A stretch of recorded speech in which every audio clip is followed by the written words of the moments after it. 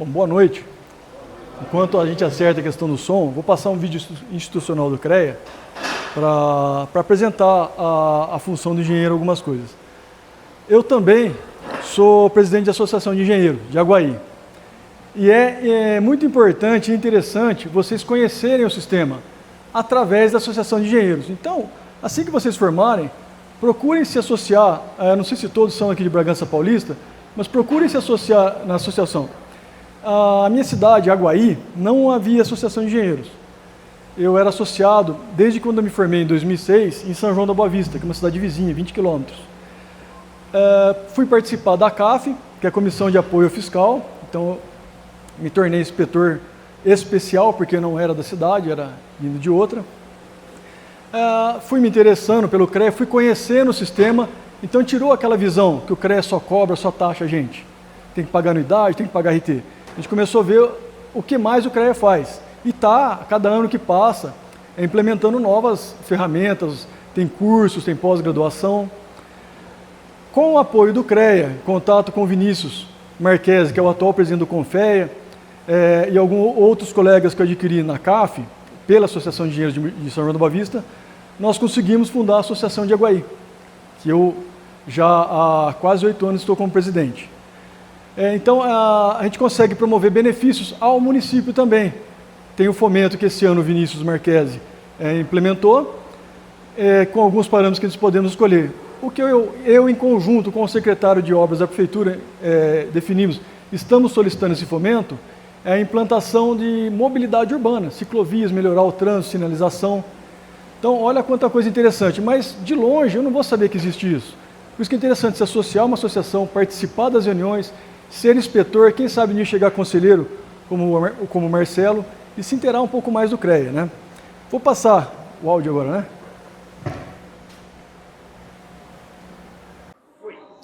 Olá, boa tarde. Daqui a pouco nós vamos começar uma palestra aqui na FESB. Nós vamos falar um pouco sobre agronegócio sustentável e governanças.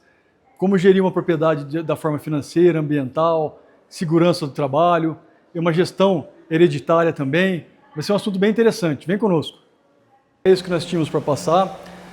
Aproveitando, falando, esse ano é um ano eleitoral, não vou fazer política para lado nenhum, mas nós, da classe profissional, da classe de tecnologia, engenharia, nós temos que procurar representantes que vão nos representar, realmente, a nível municipal, que não é o caso desse ano. Procurarmos vereadores com boa índole, honestos, mas de preferência que seja engenheiro, que vai trabalhar voltado à engenharia do município, não favorecendo A ou B da população, mas favorecendo a comunidade como um todo, porque ele tem experiência na área de engenharia. Esse ano nós temos para deputados. Escolher deputados com expertise, que tem experiência na área de engenharia, que seja engenheiro. Que se olhar a maioria dos deputados lá, médico, advogado, mas cadê os engenheiros? Não tem advogado e engenheiro que defenda a nossa classe. A legislação nossa, da área de engenharia, é de 1960, alguma coisa, 62, se eu não me engano. É muito antiga, está na hora de atualizar. Mas precisamos de representante na Câmara de Deputados, federal em especial, tá? Bom, então vamos começar oficialmente o assunto de hoje. Meu nome é Wilson Martucci, sou da Grande Aguaí, uma cidade a 2 horas daqui. É uma cidade de 42 mil habitantes, mas na época, Aguaí já teve um presidente que representou o CREA, foi presidente lá. O Alonso, ele tinha mania de falar a Grande Aguaí, porque Aguaí era de 29 mil habitantes. Sou engenheiro ambiental já há praticamente 20 anos, engenheiro de segurança do trabalho há 18 anos, especialista em georreferenciamento de imóveis rurais já há uns 10 anos. Já atuei em prefeitura, já fui agricultor por 15 anos, aí foquei mais na área da engenharia, que é o que eu gosto, trabalhar com projetos de barragem, segurança do trabalho, né? E tenho um escritório também já há quase 20 anos aí de engenharia. Cadê a seta? E um outro detalhe, né? Sou professor nos cursos de agronegócio, meio ambiente e segurança do trabalho já também há 15 anos. Essa frase aqui, eu recebi ela terça-feira agora de manhã, de um colega meu agricultor. Ele tem acho que 36 anos de idade. E a gente estava trocando figurinha. Ele é um citricultor muito grande na região. Ele assumiu os negócios do pai.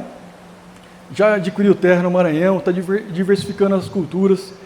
Ele mandou para mim, ó, o legal é ir levando os exemplos do dia a dia e tentar entender que não tem desculpas. Independente do tamanho do negócio, é fundamental ir aplicando, nem que seja uma evolução de cada vez, no caminho de se adequar às normas, para não ser excluído da atividade.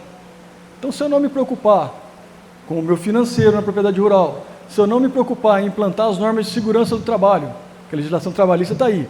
Recentemente, para a nossa região, foram contratados 900 fiscais do trabalho. Essa semana começaram a trabalhar. Ontem foram num cliente meu. Se a gente não se atentar às questões ambientais, eu preciso de uma outorga para captar água, eu preciso fazer um projeto de barramento, um licenciamento ambiental para queima, né? Então, se a gente não se adequar, gerir o nosso negócio de uma maneira como empresa, a tendência é os outros nos ultrapassarem e mais para frente nos absorver, comprar a pequena ou a média propriedade. Então, o assunto hoje seria a gestão da propriedade rural e a regularização técnica ambiental do agronegócio, para facilitar o desenvolvimento. As tecnologias estão aí. Nós temos aí o Gemini, ChatGPT. Eu falo para os meus filhos e falo para os meus alunos. Nós temos, no caso da agronomia, vai ser bem dito essa palavra, essa frase. Nós temos que pôr o pé no chão, sujar de terra, e lá embaixo, mas também conhecer a tecnologia de ponta. Por que isso? Eu tenho que ter uma visão holística de tudo, conhecer de tudo um pouco, a base, conhecer o nome de árvore, conhecer o fluxo de uma água de um rio, bacia hidrográfica. Eu tenho que ter o conhecimento, o nome de passarinho. Aí, com esse conhecimento, eu vou aplicar nas ferramentas de tecnologia de ponta. Que em 1996, eu fiz um curso técnico de informática industrial. E o legal, que era lá em Mococa, é uma cidade agrícola também, a grande parte dos alunos, quando eu ia fazer o TCC, era focado para agricultura. Então, estavam fazendo sensores de umidade para o pivô ligar a hora que a terra estivesse mais úmida. Então, a tecnologia já vem. Algum tempo atrás, eu fui fazer uma palestra também, e foi um rapaz representante da iFood fazer uma outra palestra. Para vocês terem uma ideia, a tecnologia vem vindo há muitos anos. Em 1950, começou-se a inteligência artificial. Não é agora, agora deu boom em 2025, né? Mas já vem vindo, caminhando. O que é o agronegócio atual? Alta competitividade. Então, produzir mais em menos área, otimizar recurso, economizar água. Então, implementar a maneira de você gastar mais para ter mais lucratividade. E buscar um comércio melhor, ter um produto de maior qualidade. As exigências ambientais. Sequestro de carbono, 20% de reserva legal, a APP constituída, o reuso da água ou reaproveitamento. Então, vê a eficiência hídrica que você tem. Olha, eu uso um pivô. Quanto de eficiência tem o pivô? 85%. E se eu fizer um gotejamento, é possível nesse tipo de cultura? Não, não é o pivô. Então, beleza. Mas é possível, então vou partir para o gotejamento, que é 95% de eficiência. Então, procurar adequar as legislações ambientais. Vou fazer uma queima de citricultura. Eu tenho que pedir autorização de defesa e depois pedir na CETESB para fazer essa queima. Gestão profissional como diferencial. Tá? Ter profissionais habilitados, como engenheiro agrônomo, para dar todo esse suporte, tanto no agro como no negócio. A técnica, como a gente sabia, a forma empírica antiga, o conhecimento da terra é muito importante. A gente tem que saber, mas nós temos que implementar a tecnologia para nos auxiliar. Hoje tem softwares gratuitamente de tempo, mas se você tem a possibilidade de você pagar um software para previsão de tempo, que tem mais precisão. O mercado financeiro, nós temos que conhecer o mercado financeiro, quanto que estão pagando, qual o valor do dólar, quanto que subiu o adubo, quanto que eu estou vendendo o meu produto, quanto que estão lá no Ceasa, ir lá no Ceasa ver como é que está o mercado. Documentos internos, depois eu vou me aprofundar um pouco nisso aí tudo, mas a empresa tem que estar com documentação redondinha. Vou dar um exemplo, e até são amigos meus. Há mais de um mês atrás, pediram para fazer a queima de cultura agrícola, no caso citros. Beleza, foi com o GEDAV em dia, tá uma bagunça o GEDAV. Legal. Contratei um colega meu engenheiro agrônomo para fazer um laudo, atestando que estava com fitossanidades a cultura, e recolheu uma RT, então eu não precisei ir na defesa. Falando, pelo amor de Deus, arruma esse GEDAV agora. Mas pulamos essa etapa. Matrícula. Legal, quem não registra não é dono, estava o nome deles na matrícula. O CAR, tudo bagunçado, eu fui lá, entrei, arrumei o CAR. Agora chegou no CCIR. Está com o nome do antigo proprietário, tem que acertar o CCIR, mas para acertar o CCIR, eles vão ter que mexer em certidões de casamento, mexer em um monte de coisa nos documentos, para eu poder fazer uma simples queima. Então a gente tem que, olha, faz mais de mês que eu estou com esse problema simples, tá? Para ser resolvido. Mas é uma ação simples, mas tem esse problema. Então é interessante, a propriedade está com a documentação em ordem. Já ouviram falar do DCAA? Declaração de Conformidade Agropecuária. A maioria dos produtores só tira quando algum outro órgão, quando a CETESB ou quando o SPA Agro exige. Senão o DCA não é solicitado. E é importante que você tire, ele tem prazo de validade de 3 a 5 anos, mas é importante você ter o DCA em dia também. A sustentabilidade e a governança é o sistema ESG. Vocês vão ouvir falar muito isso, tanto na indústria quanto na empresa rural, que a gente não fala mais propriedade rural, agora é empresa rural. Tá? É um sistema de gestão, de segurança, de ambiental, social, governança e sustentabilidade. Então a sigla é em inglês, ambiental, social e governança.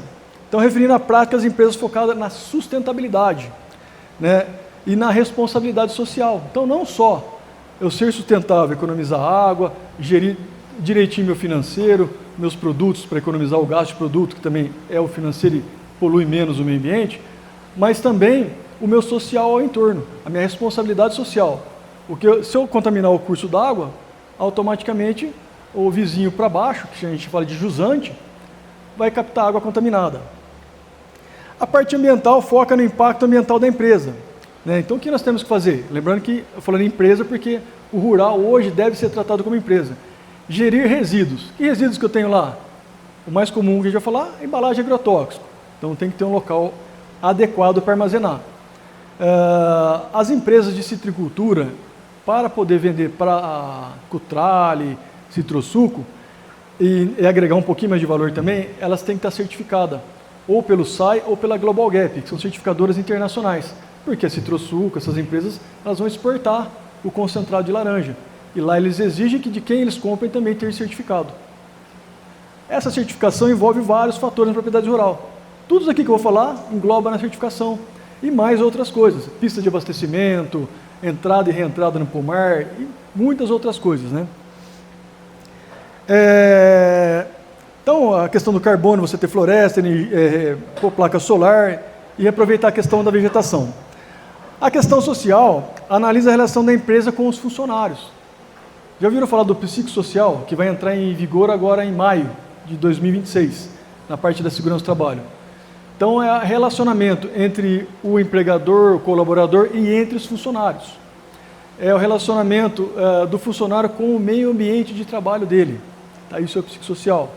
É como se eu forneço uma casa de boa qualidade, se eu trato bem, se eu pago direitinho o valor, o piso da categoria.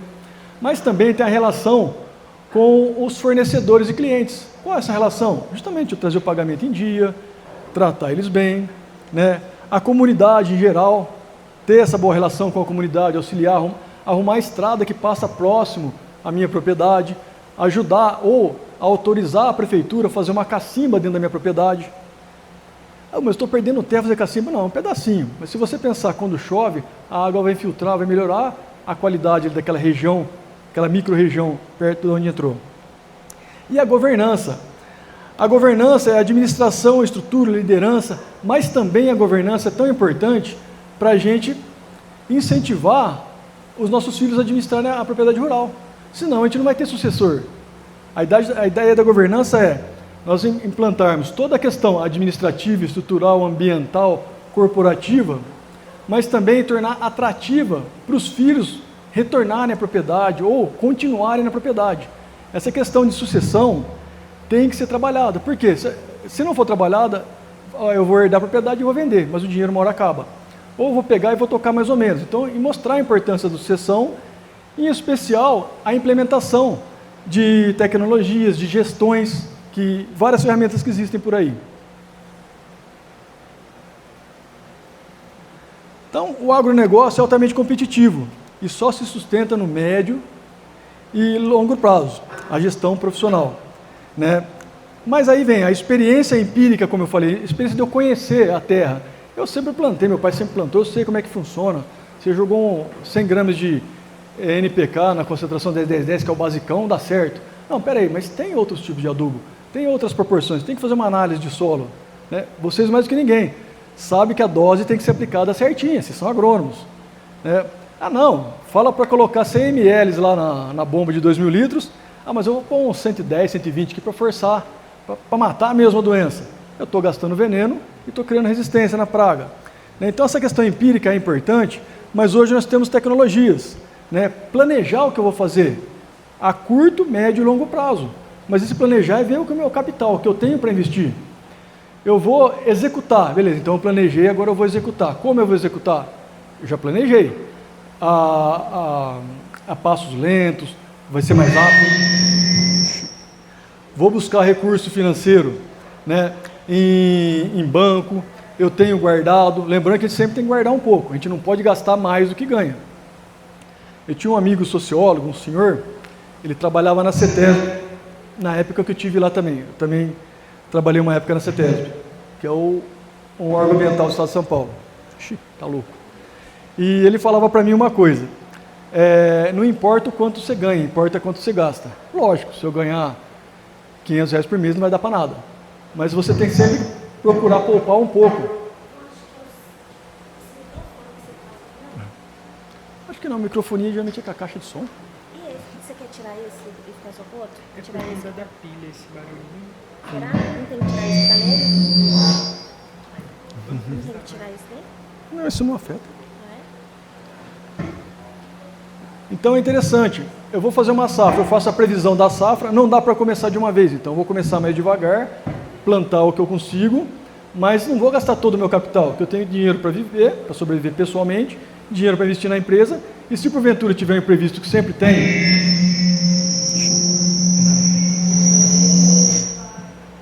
em determinados períodos, tem a oscilação do preço de mercado, variação do dólar, bolsa de valores, então a gente tem que ter uma previsão, não é uma acertação, é uma previsão. Como a gente não tem acertação, por isso que a gente tem uma reserva. Então nós vamos nos controlar quanto a gastos e corrigir os erros do que aconteceu para trás. Não sei se vocês têm a matéria de... Está saindo som aí? A matéria de gestão, ou gestão ambiental, ou gestão financeira, a gente fala muito na questão de gestão do ciclo PDCA, que é o melhoramento contínuo. A ideia é essa. Planejar, executar, corrigir e voltar de novo. Viu? Corrigiu o que está de errado? Vamos planejar, executar, corrigir o que está errado e sempre manter a cada safra um planejamento. Então, quem não mede, quem não gerencia, né, não vai. A propriedade rural como empresa. Nós temos alguns ativos. É o que nós temos, né? A terra. A terra é sempre terra. Não está saindo mais? Tá, baixinho está. Então a terra é sempre terra, é um ativo que nós temos. Nós temos que fazer o mínimo. Se nós herdemos a terra, o mínimo é mantê-la. Mas para manter, a gente tem que investir com sabedoria e procurar implementar tecnologias, né? Nunca ficar parado. Nós temos máquinas e equipamentos. Eu já herdei a propriedade. Se eu pegar uma propriedade crua, para investir vai demorar. Esses dias eu vi um vídeo, o cara falando, o sonho era ter uma propriedade, era ter um sítio. Com muita luta, muitos anos, eu conquistei minha propriedade. Primeira coisa que eu fiz, construir uma baita de uma sede para receber os amigos, ter propriedade. Acabou o dinheiro. Tive que vender a propriedade que eu não consegui pagar as contas.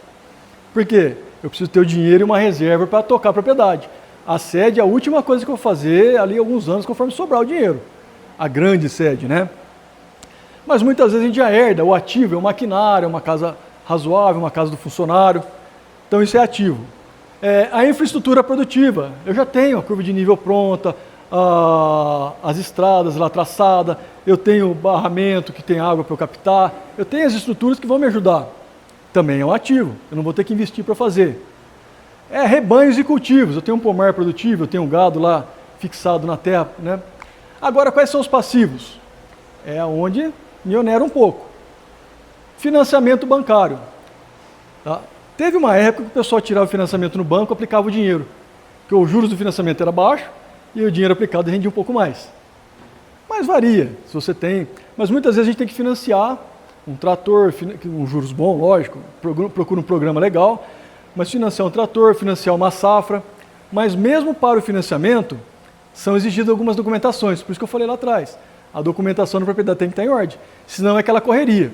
Preciso arrumar CCIR, RTR, GDAV, matrícula, tem que ter outorga, eu tenho que ter o DAIU, que é a declaração de isenção da CETESB, que é a licença, tem que ter CAR em dia, georreferenciamento.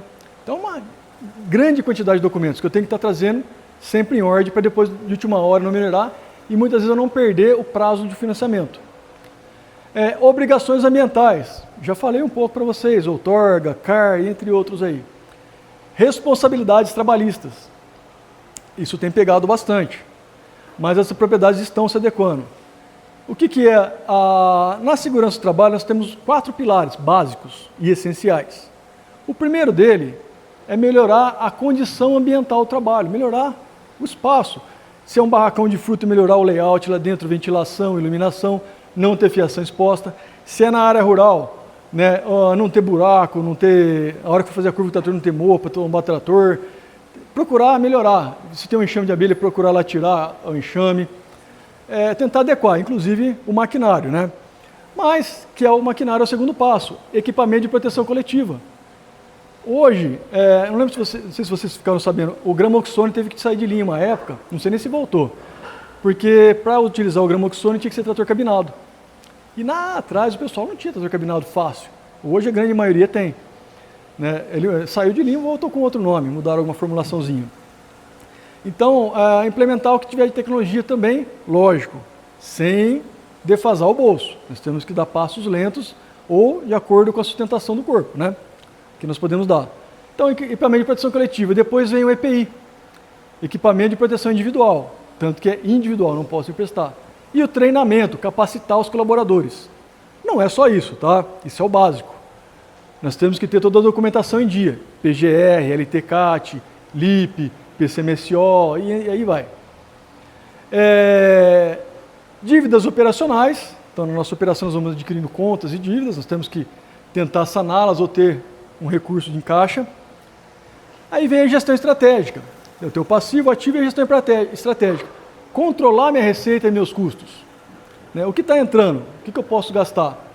A roça, eu falo que eu já trabalhei 15 anos com cultura de jabuticaba e manga, lá em Casa Branca. A roça, o que você puser vai. Se jogar adubo à vontade vai, se pulverizar à vontade vai, sempre vai pedir mais. Lembrando, tem a dosagem correta. Mas o que a gente tem que fazer? Vocês já ouviram falar da lei de Liebig, né? Agronomia aqui, a lei do mínimo, de Justus Liebig. Então, nós temos que dar o mínimo necessário de cada nutriente, o mínimo necessário na administração financeira da roça também. O mínimo necessário para sobreviver. Aí vocês conseguem ter um retorno, né, ou o produtor, que vocês vão dar assessoria, ter esse retorno, e esse retorno é investido na próxima safra. Comprou um pedaço a mais de terra, ou não conseguiu plantar tudo, plantou mais um pedacinho de terra. Análise de risco é muito importante. Eu quero fazer uma cultura. Eu tenho um trator que não tem cabine, eu tenho um pedaço de terra ali, eu preciso comprar lá os citros, mas aí que está. Qual o risco disso? Com o green aí solto? Compensa? Não compensa? E se porventura eu perder aquelas mudas que eu comprei, qual vai ser o meu impacto financeiro? Então tem que fazer essa análise de risco. O planejamento financeiro, que vai muito de encontro com a análise de risco, caso eu perder, eu tenho suporte, eu não tenho. Então ver o que eu tenho disponível para vestir ou não. Lá em Aguaí tem muito fazendeiro que veio de Limeira, compraram propriedades de Aguaí, foram aumentando. O greening tomou conta. A Aguaí já chegou a ser a maior produtora de citros do Brasil, e fica entre Aguaí e Casa Branca, né, e Limeira. E agora os produtores estão vendendo as propriedades aqui, ou o dinheiro que sobrou estão comprando em Minas. Minduri, Andrelândia, porque lá não tem citricultura, então estão sendo os pioneiros lá, conseguem trabalhar por alguns anos sem greening ou com menos intensidade de greening. Tomada de decisão baseada em dados. Então, não vou decidir uma coisa por decidir, eu tenho que ter informação na mão. Nós temos tecnologia, então eu vou estudar custo de cada coisa, custo dos citros, custo do adubo, o tempo, a mão de obra, quantos colaboradores. Eu vou fazer um estudo da documentação ambiental, documentação trabalhista. Eu vou fazer essa análise, tem em mãos, aí eu vou analisar isso daqui para entender a minha viabilidade para poder tomar alguma decisão. Vocês já ouviram falar do 5S? Uma metodologia japonesa. Quando os Estados Unidos jogou a bomba em Hiroshima e Nagasaki, acabou com tudo. O japonês desenvolveu essa metodologia para reerguer o Japão e transformar ele no mercado competitivo de novo. E, logicamente, fortemente tecnologia que o Japão é. O primeiro S é o Seiri, é a utilização. O que eu vou utilizar, eu vou guardar bonitinho. O que eu não vou utilizar, por que eu vou ficar juntando traia? Pode juntar animais peçonhentos na área rural, pode causar algum acidente. Eu pego aquilo lá, vendo para o ferro velho. A gente sabe que em área rural, às vezes está precisando que você fuça na caixinha, você acha um parafuso que é muito necessário. É lógico, organiza o que realmente se pode usar, ou possivelmente pode usar. Mas o que você sabe que não vai usar, ferro velho, lixaiada, vende para o ferro velho, faz um dinheirinho, ou compra um saco de adubo, ou dá para o colaborador para agradar. O segundo S é o Seiton, que é a organização. Então, organizar ferramentas defensivas. Tem um quartinho para você guardar a ferramenta, um quartinho defensivo.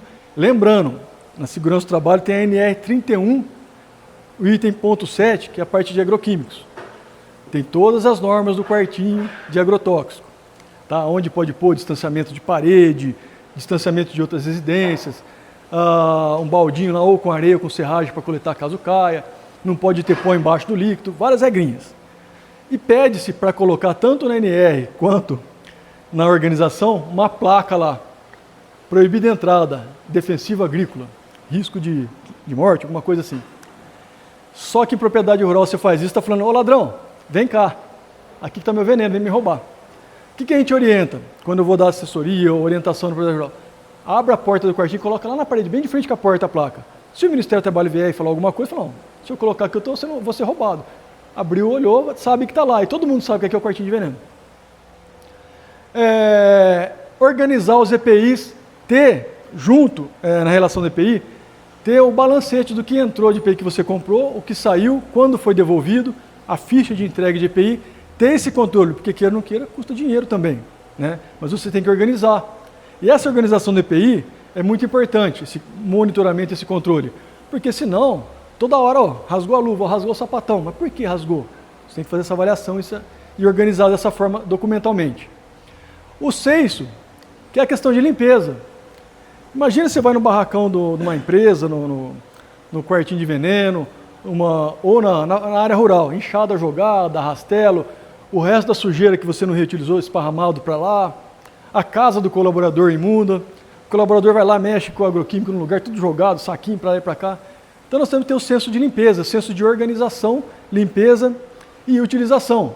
Então ambientes limpos reduzem significativamente riscos sanitários, riscos de acidente e operacionais. O quarto, que é o Sekitsu, que é a padronização. Olha, eu sei que quando na pressa, alguma coisa, eu sei que essa ferramenta está ali, eu não vou ficar procurando ferramenta. Antes eu ponho padrão, ponho procedimentos no meu dia a dia. Né? Eu sei que o trator, amanhã cedo vou ter que trabalhar, eu já abasteci ele hoje. Então é padrão, todo dia à tarde eu abasteço o trator. Todo dia eu faço uma determinada atividade. Eu organizo meu quartinho, olha, aqui sempre essa primeira linhagem de prateleira vai ser inseticida. A de baixo, fungicida, os pós e tal lugar. Então eu começo a padronizar.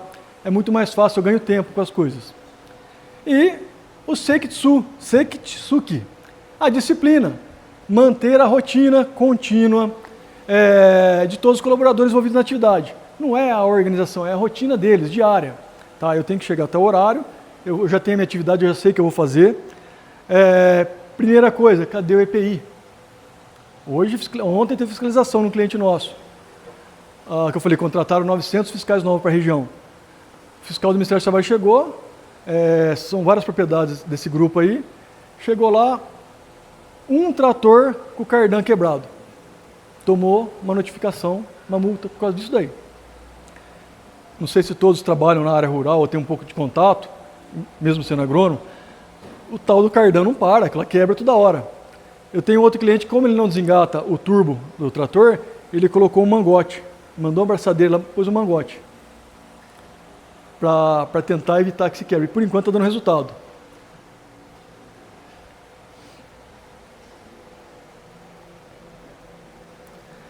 Segurança do trabalho.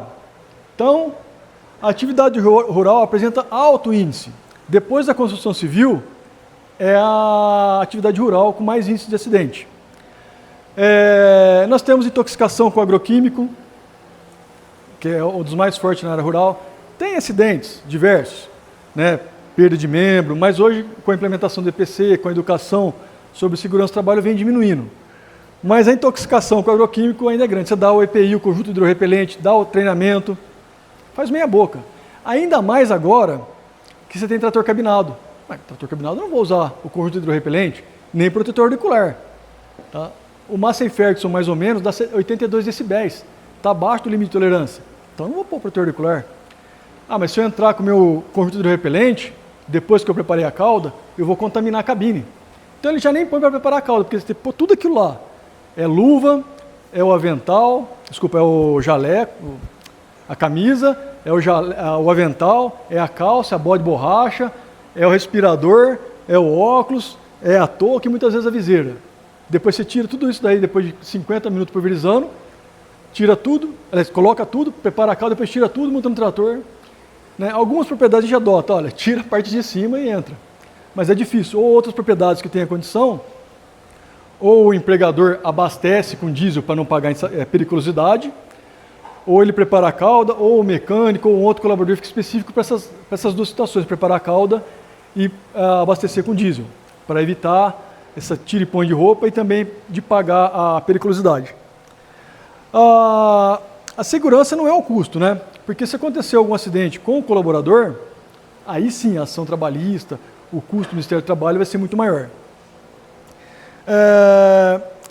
Então nós temos ali que ter, como a gente já falou no 5S, o armazenamento correto dos defensivos, das ferramentas.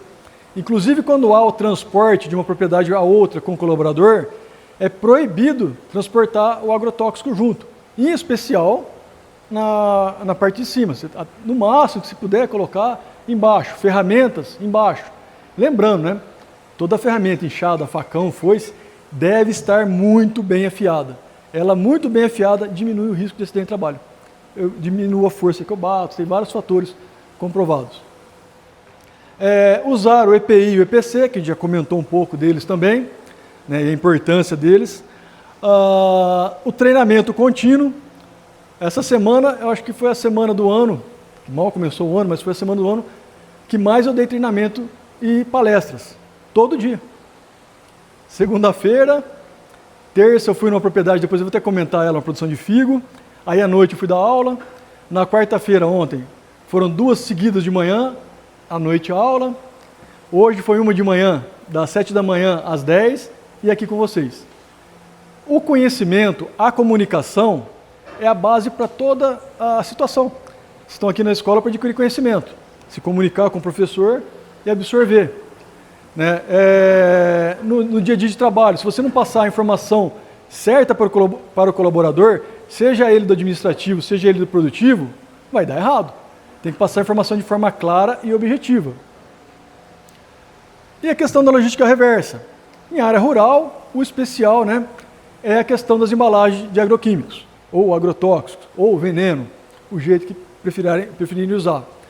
A embalagem deve ser devolvida. Para que serve essa embalagem depois? Eu não posso utilizar para nada. Eu não posso utilizar essa embalagem para cortar, para tratar da água para o gato, para o cachorro. Eu não posso para pegar o baldinho para jogar ração para o peixe. E nem para usar para preparar uma calda, fazer diluição de algum produto químico lá. Eu não posso utilizar a embalagem para preparar produto para pulverização. É proibido. Se o Ministério do Trabalho chegar, é multa na certa. Voltando, aqueles conduítes pretos, aqui é tudo canaletinha. O conduíte preto é feito a partir de embalagem de agrotóxico. Alguns para-choques de carros, de alguns modelos, também podem ser feitos com embalagem de agrotóxico, porque o plástico ele é poroso, ele absorve, então é difícil onde pode ser utilizado.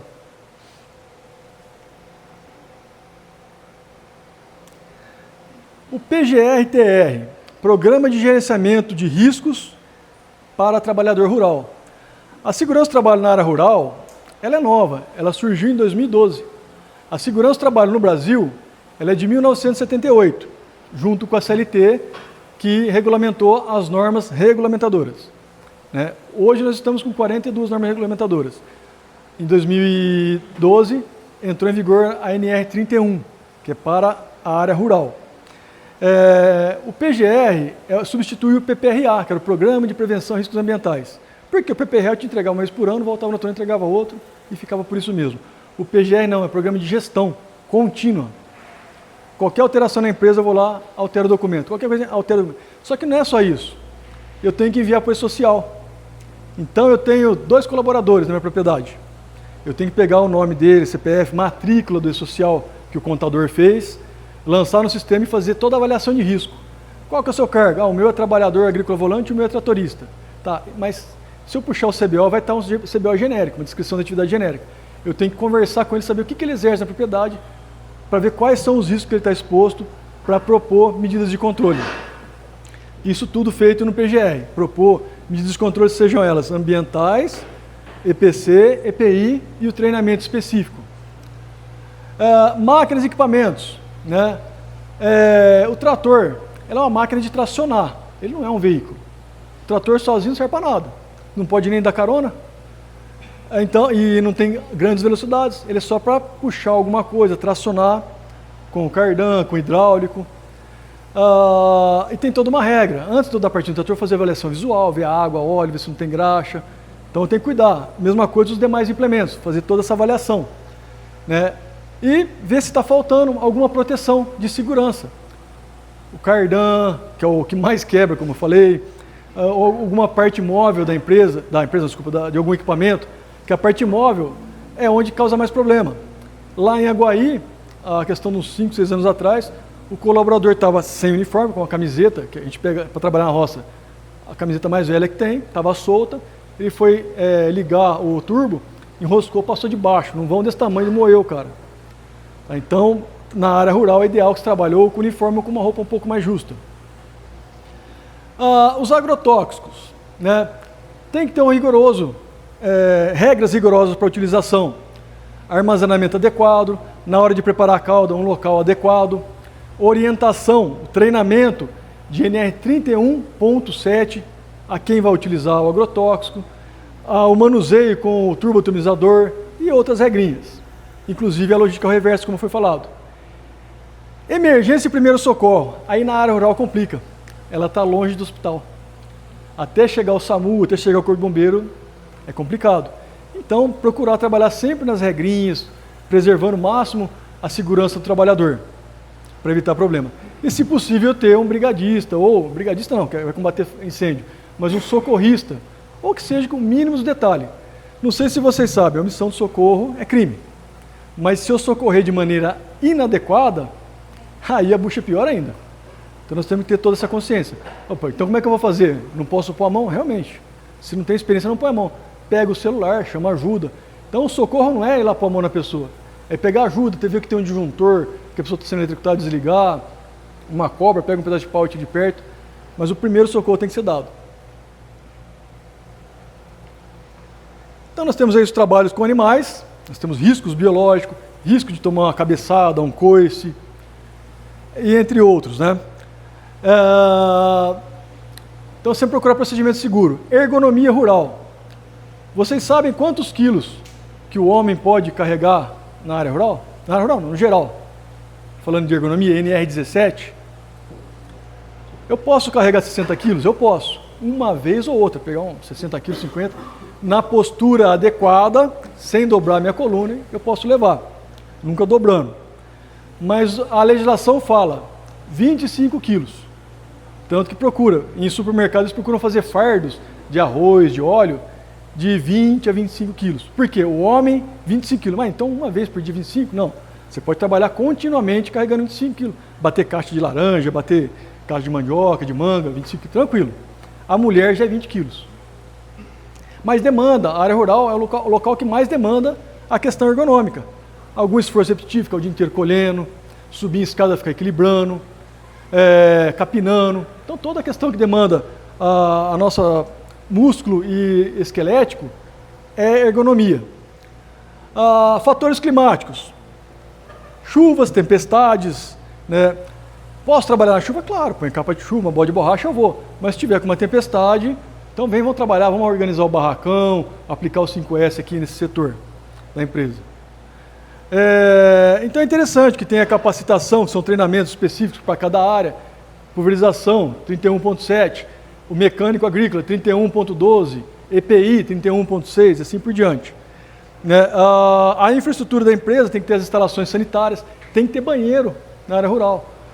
Um cliente que eu fui ontem dar o treinamento me ligou hoje, olha, eu quero fazer 8 áreas de vivência na minha propriedade. A propriedade acho que tem 200 alqueires, se eu não me engano. Para evitar locomoção de grande distância, para ir no banheiro, para não ter que ficar carregando, engatar no trator o banheiro químico, que ninguém usa. Não sei se vocês já entraram em banheiro químico em área rural. É um forno e um fedor danado, não dá, né? Então, o pessoal prefere sentar debaixo da árvore para comer, prefere... por exemplo, a gente põe uma lona lá para fazer área de vivência, encosta um ônibus, puxa uma lona. É muito quente, ninguém vai usar a área de vivência. Eles vão sentar debaixo de uma árvore, vão usar o banheiro na floresta ou na mata que tiver. Então ele está fazendo a área de vivência, a gente está dimensionando para cada 10 colaboradores em média, que é as turmas que ele contrata, uma área de vivência, e o sanitário. Lógico, o sanitário não vai sair para a área de vivência, vai sair para a lateral. Então tem essas preocupações da infraestrutura na área rural também, né? Inclusive para moradores, quem mora lá tem que ter água potável, tem que ter fossa cética, bonitinho. E a gestão de riscos, que são riscos de acidente, risco químico, ergonômico, biológico, acidente, tem que gerenciar tudo isso. Os agrotóxicos, aí vocês podem me corrigir se eu falar alguma besteira, que eu já faz alguns anos que eu não trabalho mais na área rural. Para você adquirir um agrotóxico, eu vou conversar com o agrônomo, vou na defesa agropecuária, vou fazer uma previsão do que eu vou utilizar durante o ano, para a minha cultura. Olha, eu vou usar tantos quilos desse inseticida, tantos quilos daquele outro, vou usar um herbicida, vou usar fungicida, acaricida, isso e aquilo, faço uma previsão. Joguei no sistema da defesa agropecuária. Quando eu vou quando eu vou numa loja comprar um agroquímico, ele vai entrar no sistema e dar baixa naquele lote que eu lancei, que eu ia usar na previsão do ano. Se porventura acabar aquele lote, eu vou justificar por que eu preciso de mais, vai liberar e eu continuo a compra. Isso daí vai controlar também as embalagens de agrotóxico. O quanto que eu estou comprando, o quanto eu tenho que devolver. É isso mesmo ainda? Então não mudou. Então nós temos o transporte, como eu falei, adequado. O veículo que vai transportar o agroquímico, ele tem que ser sinalizado de acordo com as normas da ONU. A plaquinha triangulada, cor de abóbora, com o código da ONU, outras sinalizações de perigo, de agroquímicos. O motorista da picapinha, que normalmente é um engenheiro agrônomo, ou outro vendedor, ou do caminhão de grandes entregas, deve-se ter um curso básico, caso ocorra um acidente. Se for caminhão, o curso do MOB. Né? Feito esse transporte, lembrando que não pode transportar na cabine, tampouco no ônibus com o colaborador. Eu vou chegar na propriedade, eu tenho que estocar. Tem propriedades de alguns clientes meus, eles têm a parte de baixo e o mezanino em cima. Lá no mezanino põe borracha, põe pneu, essas coisas. Eles escondem agrotóxico lá e embaixo no quartinho de veneno dele põe uma outra coisinha mais baratinha. Porque se o ladrão for, não vai levar tudo. E já aconteceu de ser roubado e roubar parte da produtividade dele, parte do agrotóxico. Mas a estocagem, como eu falei, atender às normas de segurança.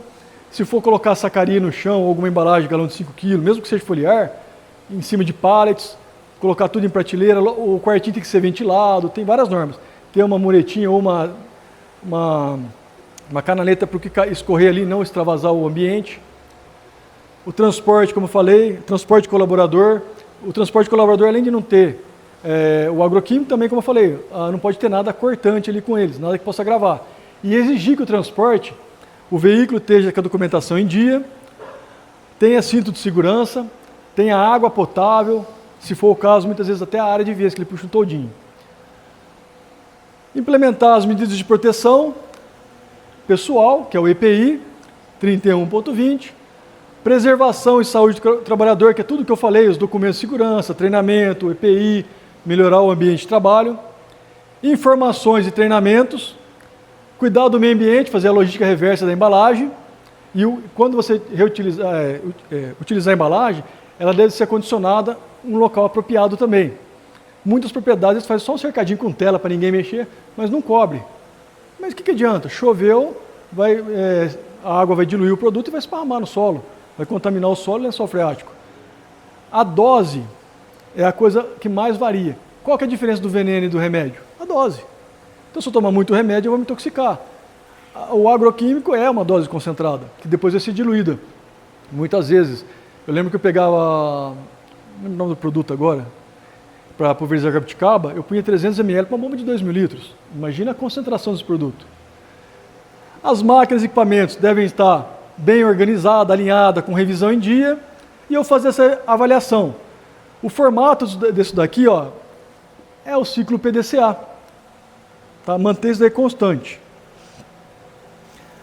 Então, a tríplice lavagem, vocês sabem mais do que ninguém.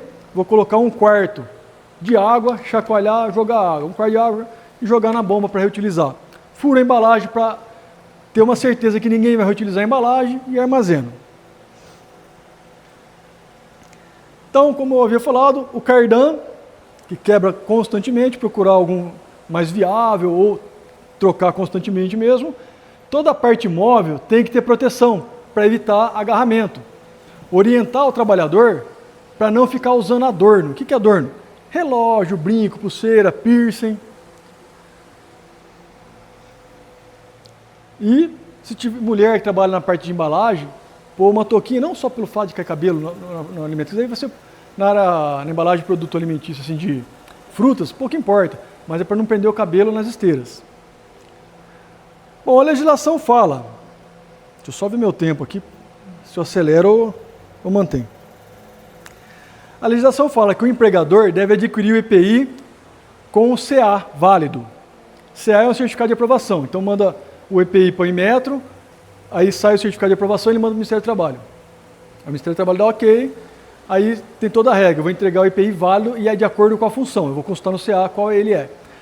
O empregador tem que fornecer de forma gratuita e ele é obrigado a exigir o uso. Se o empregador não obrigar o colaborador a usar, ele pode ser multado.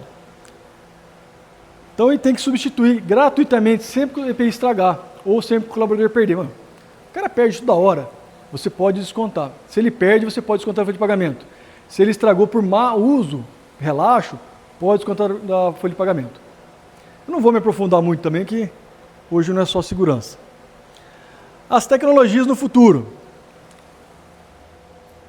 Acho que a John Deere está lançando um trator com Starlink e não precisa de tripulação, né? E a energia solar. Olha a tecnologia que nós temos aí. Trator que não precisa de piloto, não precisa de abastecer, não precisa de nada. Faz tudo sozinho e tem internet Starlink. Algumas máquinas agrícolas aí, tratores e colhedeiras com piloto automático. Logo começou essa onda aí, não vou falar alguns anos atrás, mas não lembro a data certa. Um colega meu, ele começou pequeno, justamente isso daqui. Ele foi investindo em tecnologia conforme o passo, ele não construiu a sede primeiro, ele foi investindo na propriedade, plantando, arrendando a herança dele era um sítiozinho desse tamanho, e foi ampliando. Hoje ele tem arrendado 3.000 hectares, fora as propriedades que ele foi comprando. Tá? As propriedades dele eu confesso que eu não sei o tamanho. E ele tem maquinário de ponta e tecnologia de última geração, drone para pulverização, implementos diversos, tudo de ponta. Até teve uma reunião que eu participei. Você acha que as tecnologias, as inovações nessa parte de engenharia, na parte de implantação, né? Você acha que vai perder muito a questão de mão de obra? Olha, infelizmente a ideia é que sim. O colhedor de cana foi proibido a queima, tiveram que implantar as máquinas para colher cana. Eles acharam outra coisa para fazer, não ficaram só dependendo da cana. Eu não sei aqui em Bragança, lá na minha região, não estou falando na minha cidade, a minha região, eu tenho não sei quantos produtores rurais que são clientes meus, eu trabalho com indústria e produtor rural, né? Tanto a indústria, em especial o produtor rural, não acha mão de obra, eles imploram para o trabalhador. Eles aceitam aquele trabalhador que trabalha no relaxo, que não está nem aí com serviço, porque não acha outro. Já está na minha cidade, Aguaí, Mogi Guaçu e São João do Boa Vista, fizeram campanhas, estão fazendo trabalho junto com o Emprega Mais, algumas coisas, para os 50 mais. Porque os mais novos não querem voltar para a roça, ou não querem ir para a roça. Eu tenho uma cliente, tem uma fábrica de doce, grande por sinal. Ela ligou para mim e falou: Wilson, você sabe de alguém para me indicar para trabalhar na área administrativa? Eu tinha 3 entrevistas, 2 não apareceram, um que apareceu, estava indo tudo bem. Na hora que eu falei que tinha que trabalhar de sábado, de sábado eu não trabalho. Então, a ideia é que a tecnologia diminua a mão de obra, sim. A ideia é essa, porque não está achando mão de obra. Tá? E sem falar as ações trabalhistas que a gente tem. Mas extinguir não extingue. Sempre vai precisar do operador de drone, que é uma profissão promissora. Vai precisar de um cara que sabe operar uma colheitadeira tecnológica. Então, hoje não é um simples trabalhador agrícola volante. Como é que foi o nome que o Eduardo deu? O Eduardo foi aquele que mandou aquele texto para mim, que ele deu para aquele trabalhador que contratou para drone. Mas tinha um nome, não era trabalhador agrícola volante, tinha um nome mais tecnológico até. Ele contratou um funcionário para operar drone. Mas ele vai preparar a cauda, abastecer o drone e operar. Mas tem que ter conhecimento, ele vai fazer vários cursos. Então as máquinas estão ficando cada vez mais autônomas, tem colhedeiras já de café, né, que substitui um monte de gente colhendo, mas logo vai ter a colhedeira de café autônoma. A pulverização por drone, como eu acabei de falar. E é legal, você pode fazer tanto por talhão, quanto você faz um voo, um mapeamento, você coloca umas lentes específicas, né, ela identifica onde tem a doença, aí você vai lá, mapeia e manda o drone com a coordenada certinha, ele pulveriza só aquele pedacinho que você precisa. E não precisa nem ficar no controle, tá? Você faz o plano de voo, desenha lá no computador e manda, ele vai sozinho. Até pro georreferenciamento, né? Pro georreferenciamento. O drone, ele trabalha com georreferenciamento. Ele sabe a altitude certinho que ele saiu, então ele mede quantos metros ele saiu daqui. Você faz o plano de voo, a altitude que você quer que ele vá fazer a pulverização. Mas também ele sempre levanta, você coloca a altitude máxima, porque ele levanta e vai no máximo. Depois ele vai no local, aí ele abaixa e trabalha na altitude. Ele consegue acompanhar a topografia do terreno também. Eu falo com experiência porque eu trabalho com drone, mas não para pulverização, tá? Eu faço georreferenciamento de imóvel rural e faz a parte florestal também, então a gente faz mapeamento. Até hoje, na palestra de manhã, eu estava comentando. Hoje não. Eu não sei se esse dia que eu estava em algum lugar. Não, hoje foi uma reunião agora à tarde. E eu comentei a questão do drone. Um mega fazendeiro contratou a gente para medir todas as fazendas dele de cana. Para ele saber o que realmente é plantar de cana. Porque ele tem um contrato com 2 usinas. Ele quer saber se a usina está pagando certinho. Em uma propriedade, a usina teve que pagar 40 mil para ele estar devendo, porque não estava pagando pelo que estava plantando. E planta em carreador, planta aqui, planta ali. Então, a gente conseguiu fazer esse controle de perda. Então, é interessante a gente usar a tecnologia a nosso favor. Como eu falei, saber o que você está falando, conhecer a terra, mas também dominar a tecnologia de ponta. Sistemas de alerta, detecção de presença humana próximo a alguma máquina, que muitas vezes a máquina é autônoma, você só chegou a gente, para. Na segurança do trabalho nós temos a NR12, lógico, toda a NR, todo trabalho de engenharia ou outras áreas é baseado em ABNTs, né? Então a NR12 fala que as máquinas têm que estar adequadas, isso, aquilo, calor, choque elétrico, vibração, isso, mas aí você vai procurar como adequar as normas nas BNTs. E na NR12 fala muito dessas proteções da máquina, pintar a máquina, saber a parte móvel, ela é pintada de cor laranja, sensores, se você passar a mão, a máquina para, botão de emergência. Então, vem de encontro isso daí, sistema de alerta. O IoT, de sensores, monitoramento em tempo real das condições climáticas e ambientais. Olha, faz tempo que não chove, pelo cálculo computacional.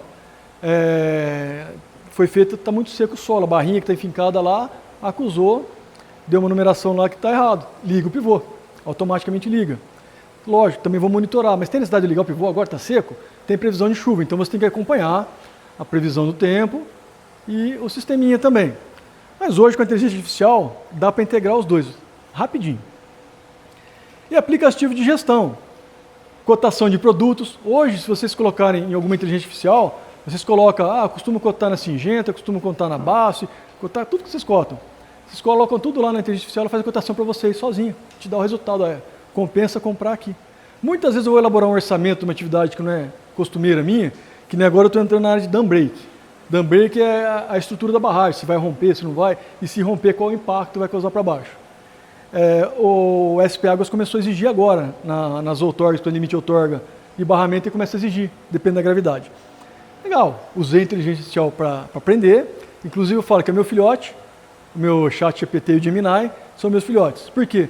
Tudo que eu já fiz há 20 anos de carreira, eu estou jogando lá dentro. Falo, aprender e memorizar, aprender e memorizar. Então ele está aprendendo a trabalhar com a forma que eu escrevo, com o conteúdo que eu já tenho. Eu procuro na internet algum trabalho legal que não fui eu que fiz, eu jogo lá, aprender e memorizar. Então a gente tem que estar utilizando a inteligência artificial ao nosso favor. Tá? E para cotação de preço, mas qual o valor cobrar para fazer um dam break? Coloquei lá todas as informações que eu já tinha jogado, alguns modelos de laudo, algumas informações, pesquisar em tal lugar. Já ia lá, olha, cobrar de tantos a tantos mil reais para fazer o projeto dam break para barragem de tantos metros. Recomendo você nessa situação a esse valor médio. Então, cotação de preço de produtos agrícolas, sementes, inseticidas em geral. Tem softwares para fluxo de caixa, você manter seu fluxo de caixa, entrada e saída. Tem um muito legal, acho que era Perfarm. Uma época que eu estava mexendo com o Mango, eu acabei assinando ele por um período, mas confesso que não avancei muito, porque eu sempre trabalhei com consultoria, então não tinha muito tempo. Mexi com roça, dar aula e consultoria. Softwares para previsão do tempo. Tá? Nós temos gratuitos aqui no celular, que eu falo para vocês. Eu sempre baixei do InpMat. O uso do próprio celular, que tem mais precisão do InpMat. E legal que ele busca informação lá também, mas ele usa inteligência artificial, busca de outros locais. Mas ainda tem propriedades rurais que preferem pagar. Dizem que tem mais informações e mais precisas no pago. Isso eu já não sei falar. Mas quem dominar a inteligência artificial consegue montar um programinha com tudo isso para cotar preço, fluxo de caixa, previsão do tempo para vocês. E não é difícil. Tem várias ferramentas hoje com inteligência artificial. É parar e começar a fazer bagunça, fuçar, jogar informação lá, até que vocês consigam montar o banco de dados de vocês. A regularização ambiental, né, com base na segurança jurídica. Todo mundo aqui já ouviu falar do CAR, Cadastro Ambiental Rural.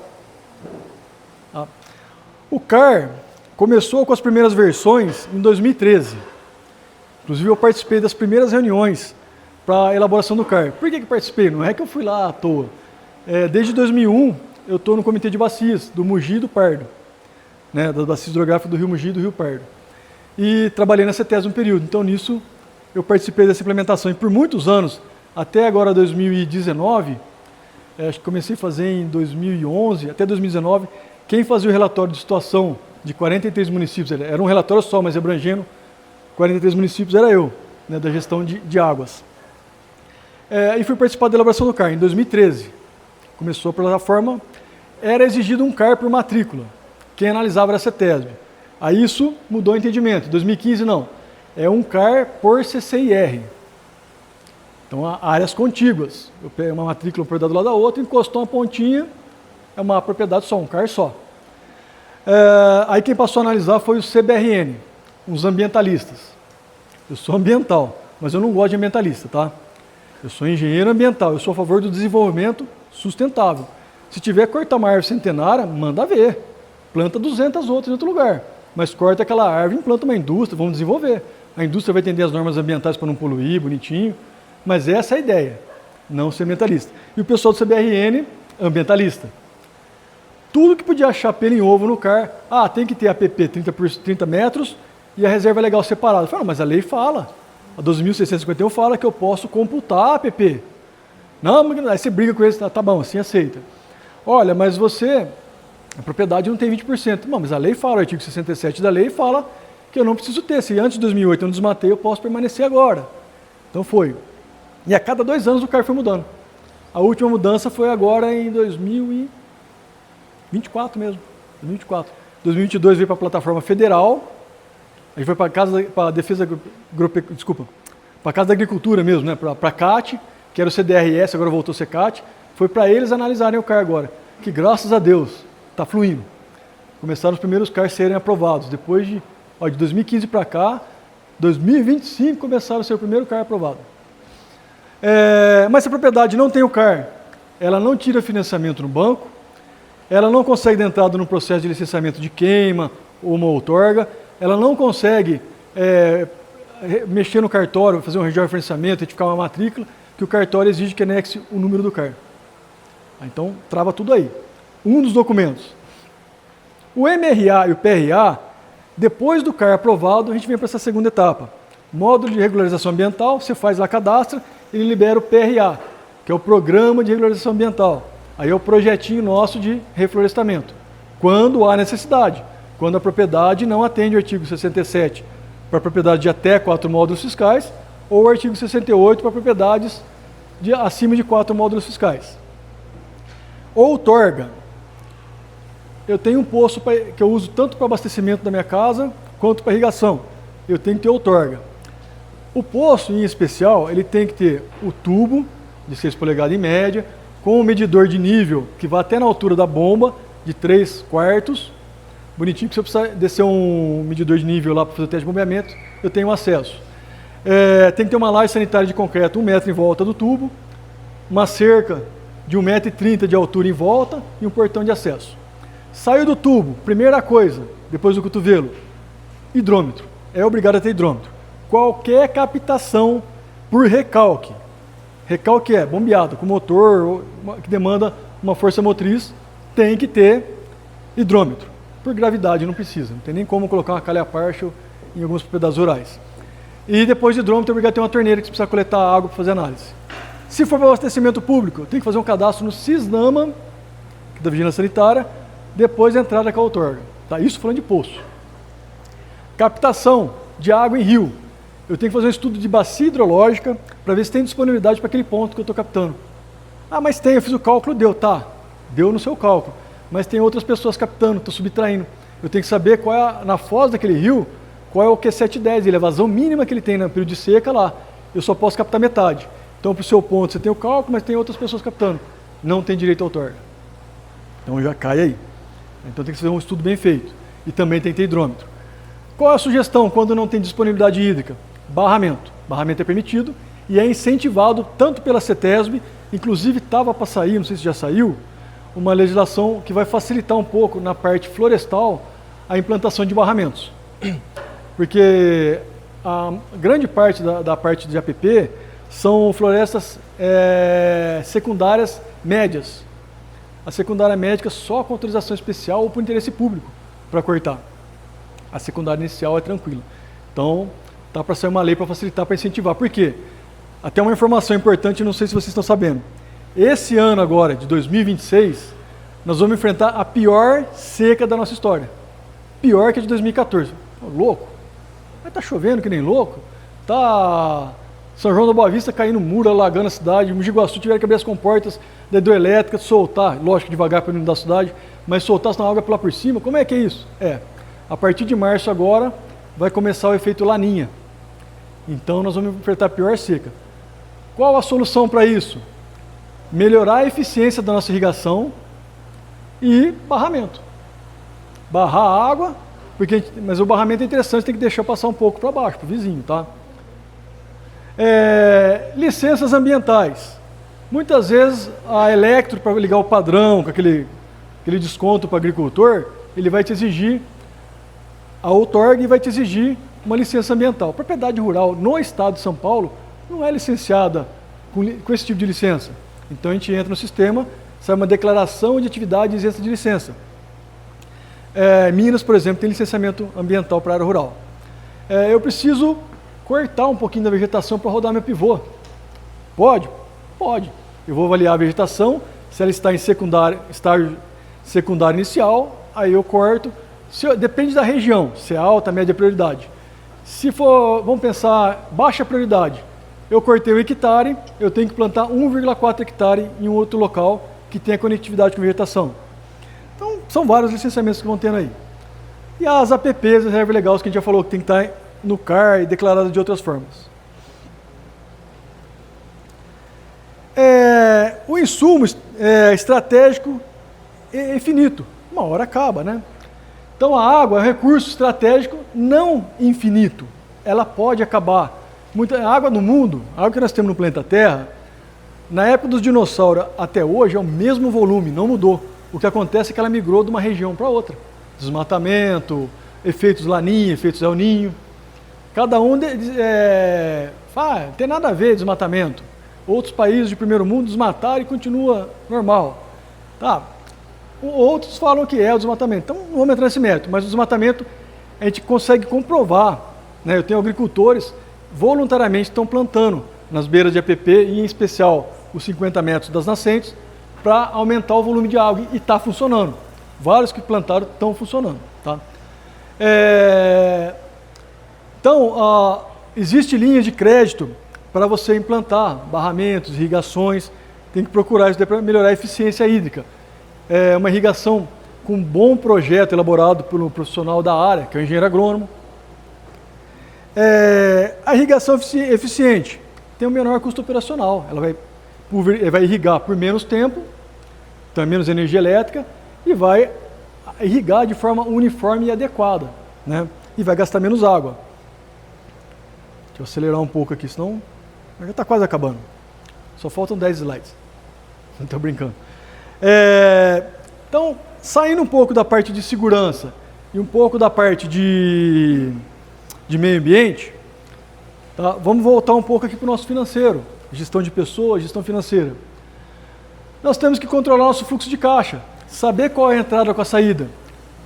ChatGPT, Gemini, entre outras inteligências artificiais que tem, vai nos auxiliar. Ou comprar um aplicativo, um software, de novo, próprio para isso. Né? Mas tem que ser rigoroso. Esse amigo meu que cresceu, tem tantos hectares aí, esses 3.000 hectares, tudo você vai rachar com ele, seja um meieiro, seja alguma coisa, ele faz questão dos centavos. Deu 30.878,12 centavos, e marca os centavos. É um controle rigoroso. Eu falei, não é que estou desconfiando. As coisas, a conta tem que bater. Planejamento, tem que ter uma visão a curto, médio e longo prazo. O que eu vou fazer agora? O que eu vou fazer a médio prazo? O que eu vou fazer a longo prazo? Eu tenho que ter essa visão. Mas não é só o que eu vou fazer, quanto que eu vou gastar, de que forma eu vou fazer. Tem que planejar. Então, ver os custos, né? A avaliação constante dos custos de produção. Porque muda. Como eu falei, o dólar muda, a bolsa de valores muda tudo, guerra na Ucrânia aumentou isso com a Rússia, e as coisas vão mudando constantemente no decorrer do ano. O ano tem 365 dias. Mas num dia muda muita coisa. Então tem que fazer essa avaliação dos custos de produção, constantemente, inclusive da venda de vocês. Uma época, tinha um pedaço que eu tirei um pomar lá, eu resolvi plantar abobrinha. Falei, tá parado para plantar abobrinha. Fixa nitrogênio, outras coisas no solo, que o agrônomo me orientou. Falei, legal. Depois eu planto manga. E fazer aquela abobrinha bonita, tal, aquelas caixas que até envergava para o lado na hora de pregar a caixa. E o cara falou que a caixa estava indo vazia. Falei, que coisa louca. E esse mesmo cara comprava jabuticaba minha. A tampa não fechava, era difícil até fazer empilhamento, balançava tudo. Mas jabuticaba graúda, bonita, ele começou a reclamar. Estava indo rasa, miúda. O que eu fiz? Um dia saí de fininho e fui lá para São Paulo, no Ceasa. Cheguei lá, fiquei de longe espiando, porque um colega meu que vendia giló para ele já tinha contado. Falei, então já sei como é que funciona lá. Fiquei espiando, o que ele fazia? Ele tirava da minha caixa, fazia uma outra caixa para ele. Então ele deixava a minha caixa mais rala, fazia outra, e me passava um repasse financeiro menor. Então vocês têm que acompanhar, é seu, você tem que tratar o seu produto como filho. Tá? Depois eu comecei a mandar para a barraca do lado e para ele concomitante, eu estava vendo a diferença de preço também. E outra coisa importante, pessoal, separação das contas. O que é da empresa, é da empresa. O que é meu. Então eu vou tirar um Plorabole mais ou menos, vou fazer uma estimativa, de preferência pôr até em conta separada, tá, para não misturar, para eu saber e poder gerenciar melhor o meu caixa. Que muitas vezes, nossa, eu precisava trocar de carro, nossa, estou vendo a conta, está com 500 mil reais na conta, e eu precisava trocar de carro, e dava para trocar vendo o meu, vou lá pegar. Na roça, a gente trabalha com fluxo de dinheiro muito grande, só que o que sobra na mão depois é pouco. Então 500 mil reais na roça, muitas vezes depende do tamanho da propriedade e do tipo de cultura, não é nada. Né? É o movimento, seu fluxo de caixa, mas não é o seu dinheiro, é o dinheiro de rotatividade. Então nós temos que ver, na roça, para vocês terem uma ideia, a média de insumo é o que não está aparecendo direitinho. É aquela parte maior do gráfico, aquele pedaço maior de pizza. É de insumo agrícola, o maior gasto que nós temos na roça. Depois vem a mão de obra, que além de ser custosa, Eu fiz as contas, esse dia eu fui contratar um outro engenheiro para o escritório, vamos fazer conta. Ele fez a proposta dele, falei, legal, eu fiz a minha contraproposta, acabou não dando certo. Mas vamos voltar para o salário mínimo, não vou falar a conta que eu ia pagar para o engenheiro, que é um pouco mais caro. O salário mínimo hoje, 1.625, se eu não me engano. Tá? Eu não vou falar todos os encargos que tem, mas para o governo, o colaborador, para mim, vai sair em média R$3.000. Tá? Ele vai receber, o salário dele é 1.625, mas o que ele vai pôr no bolso é 1.400 e pouco. O resto é de imposto. Tá? Isso falando salário. Mas eu tenho que comprar EPI, tenho que fornecer toda a estrutura para ele trabalhar, ele pode quebrar uma máquina. Você sabe que acidente de trabalho não é só o que machuca o colaborador, é o que danifica o patrimônio da empresa também, é acidente de trabalho. Então, se puser tudo na ponta do lápis, é um grande gasto, é mão de obra. A manutenção de máquina, equipamento, manutenção da propriedade, estrada, cerca, entre outras partes aí, o administrativo, e aí vai, né, os nossos gastos. Por isso que a gente tem que ver o que a gente tem de recurso financeiro, planejar. Eu sempre vou sonhar, eu sempre brinco. O meu sonho é meu objetivo. Eu tenho que planejar para chegar lá. E nesse planejamento todo, eu bolo minha estratégia, bolar. Eu não vou chegar de uma vez. Aos poucos eu vou crescendo até chegar onde que eu quero, realizar esse sonho, o meu objetivo. A documentação que uma propriedade rural deve ter. GEDAV, tá? É uma guia especial de defesa a animais, vegetais, alguma coisa, eu não lembro o nome de... Guia eletrônica, né, de defesa a animais e vegetais. Tem que estar em dia. Eu pego bastante GEDAV feito por alguns agrônomos lá, os mais antigos em especial, muitas vezes está no papel, mas tem que lançar no sistema. Aí eu mando para a defesa agropecuária. Precisa arrumar a coordenada, está errado. Aí eu peço para o agrônomo, eu mando lá, precisa arrumar o talhão aqui, está declarado errado o tipo da muda do talhão, está declarada a quantidade de peça está errada, porque eu tive na propriedade, isso fica que ele vai e volta. Volta aquele exemplo que eu dei da queima, que era o CCIR. O GEDAV é uma coisa que também está atrasando a gente pedir o processo de queima. Então, trazer o GEDAV em ordem. Nota fiscal. Esse ano, 2026, se preparem. Se preparem esse ano, porque 2027 vem o chumbo. Tudo que vocês forem fazer, emitam nota fiscal ou exijam nota fiscal. Passou de R$5.000, qualquer movimentaçãozinha. Mas eu não tenho R$5.000 no bolso. O cara que vende cachorro-quente, em São Paulo, que você tem bastante giro, ele gasta R$6.000, R$7.000 para comprar cachorro-quente, o custo dele. Mas no bolso do coitadinho sobra R$1.500. Mas ele movimentou mais de R$5.000. Tem que pagar imposto. Tá? Imagina na área rural. Eu recebo de cliente cheque. Tá cheque. Eu levo, tal Pix. Quer nota? Não, que nota? O quê? Sempre foi assim. Agora eu estou falando que não quero. Eles estão falando que não querem ainda. Não, mas eu quero te dar uma nota. Eu vou te mandar uma nota. Não, mas não quero. Mas eu vou te dar. Porque depois eu pago, como engenharia, a gente paga 16,63% de nota fiscal. Se eu deixar de emitir uma nota, a hora que chegar o imposto de renda no ano que vem, eu vou pagar 27,5% daquele valor que eu recebi. Então, dá nota. Então, exijam nota, faça tudo documentado. Contrato. Tá? Eu vou arrendar uma propriedade, eu vou fazer alguma parceria de meieiro, tudo que eu for fazer, digita um contrato bem feito e assinado por ambos os lados. Porque de boca, hoje não tem mais fio do bigode que nem antigamente. E tem um outro detalhe, os advogados falam, o que não está escrito não está no mundo dos vivos, não vale de nada, tem que estar documentado. Folha de pagamento em dia certinho, com insalubridade, com periculosidade, assinado, apesar que hoje não precisa assinar mais, né? A fichinha lá dele. E os laudos de mapa, que seriam isso? Os documentos ambientais. Né? Tá em dia também, todos os documentos, outorga, CAR, entre outros aí. Os documentos de segurança do trabalho, o programa de gerenciamento de risco, o laudo técnico ambiental de trabalho e o LIP, laudo de insalubridade e periculosidade, para apontar se tem ou não. Mas os mais importantes, todos são importantes, todos dão multa se não tiver, e a multa é por colaborador, tá?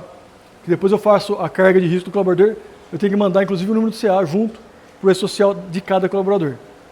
Mas quando o colaborador sai da empresa ou quando ele vai aposentar, ele quer ir no INSS, ele tem que levar um documento que chama PPP, Perfil Profissiográfico Previdenciário. Da onde que é feito o PPP? A partir do LTCAT e do PCMSO. O LTCAT é o engenheiro ou o médico que faz, engenheiro de segurança ou o médico de trabalho que faz, e o PCMSO é um documento médico. Aí eu pego as informações dele e lanço. Hoje, como é tudo enviado para o social, o colaborador pega no celular dele e baixa na hora que ele quiser. E se porventura ele se afastou da empresa, ou mesmo que ele estiver trabalhando na empresa, mas a empresa tem que estar com o documento em dia. Se ele quiser baixar e não conseguir, ele pode reclamar e dar uma multa de R$30 mil para a empresa. ITR, Imposto Tributário Rural. É como se fosse um imposto de renda, só que da área rural.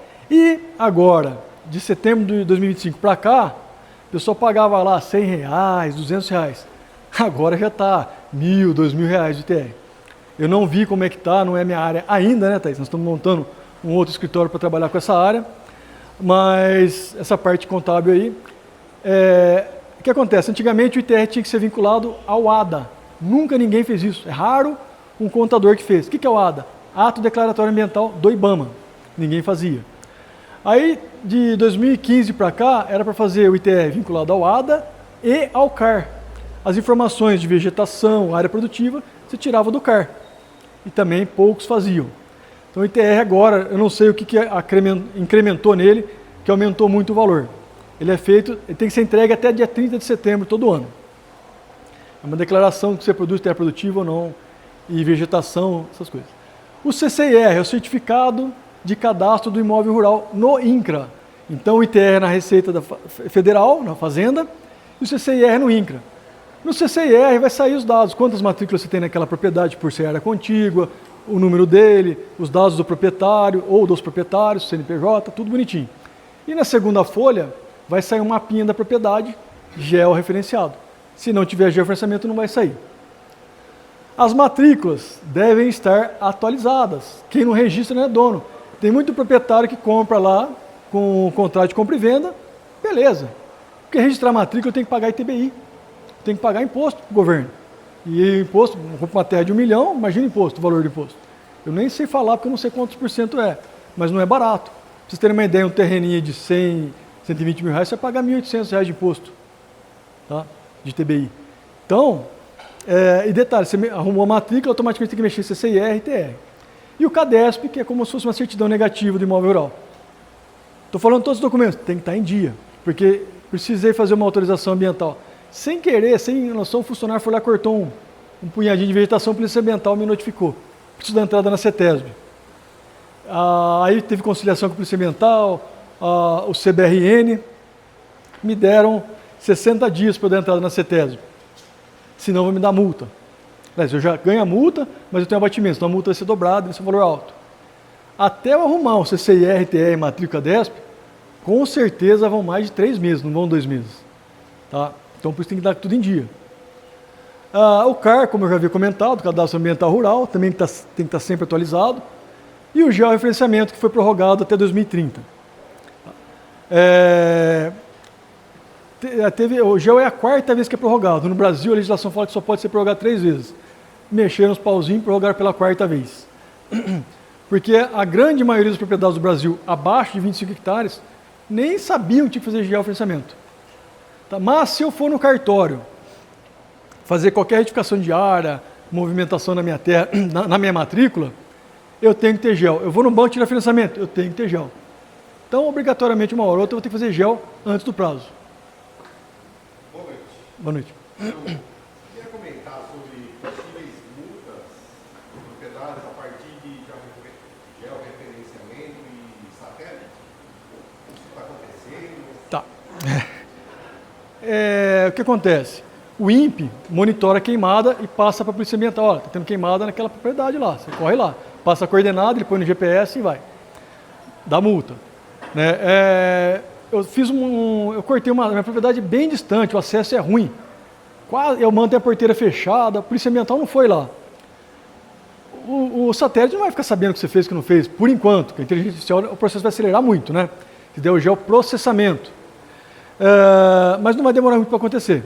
Mas, porventura, o técnico da Caixa está fazendo uma análise do seu CAR, Parece que eu estou olhando essa imagem para cá e para cá, a vegetação diminuiu, aí o bicho pega, aí tem multa. Meu primo, ele trabalha no Instituto Florestal em Minas.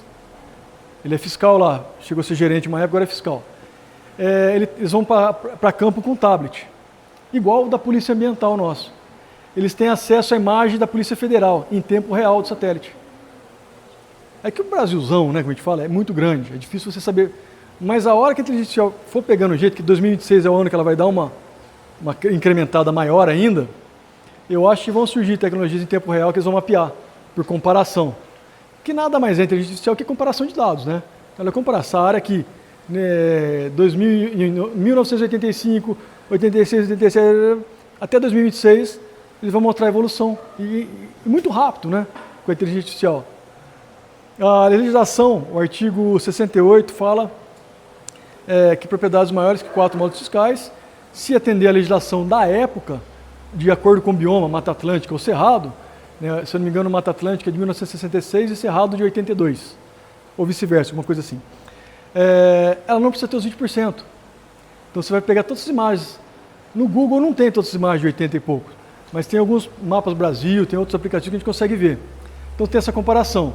E em tempo real agora, com a tecnologia que tem, é que infelizmente, ou felizmente, para evitar alguns problemas, o Brasil não investiu tanto em tecnologia. O Brasil não tem um satélite próprio que ele possa, né, ter toda essa tecnologia. Ele sempre é o satélite da China, dos Estados Unidos que ele usa. Mas sim, a CETESB, a semana passada eu estive lá, na quinta-feira, parece que a CETESB também vai ganhar um tablet com acesso a satélite em tempo real. Porque a CETESB ela não só licencia indústria, como a supressão de vegetação. Depois que a supressão é suprimida, a Polícia Ambiental foi lá e constatou, aí você vai se resolver com o CEMIL, da Secretaria do Meio Ambiente.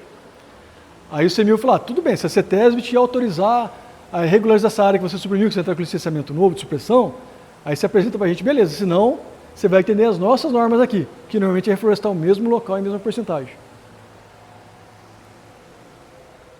Então, o benefício da documentação organizada facilita a fiscalização quando houver, garante acesso a crédito de forma ágil, porque eu vou tirar um financiamento, tem que ter a documentação em ordem. Imagina ter que mexer num processo, vou lá pedir o Pronaf, alguma coisa, até eu botar a documentação em dia não é rápido.